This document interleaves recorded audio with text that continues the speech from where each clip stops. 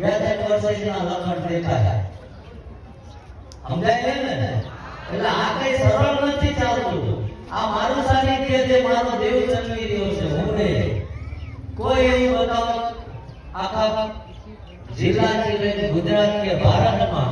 ક્યાંયથી આ સાનિધ્ય માટે દાન માટે મારા મંદિરની ગાડી આવી એવું બતાવો આઈ ભાડો માંગવા અને આટલું બધું માણસો દર્શનાર્થે આવે છે કોઈ એવું કહે કે બાપુએ અમારું આ ભલું કર્યું અને અમારી પાસે આ માંગ્યું એવું બતાવો બતાવો તો આ માથું ઉતારી ભોળાનાથના પગમાં નાખી દો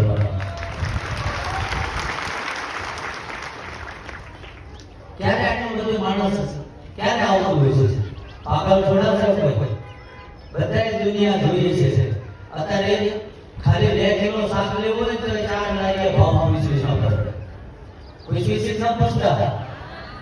તો આ ડાયરેક્ટ આયા છો પણ તમને સીધી ભાષામાં શીખવાડ્યું ઘણા આયા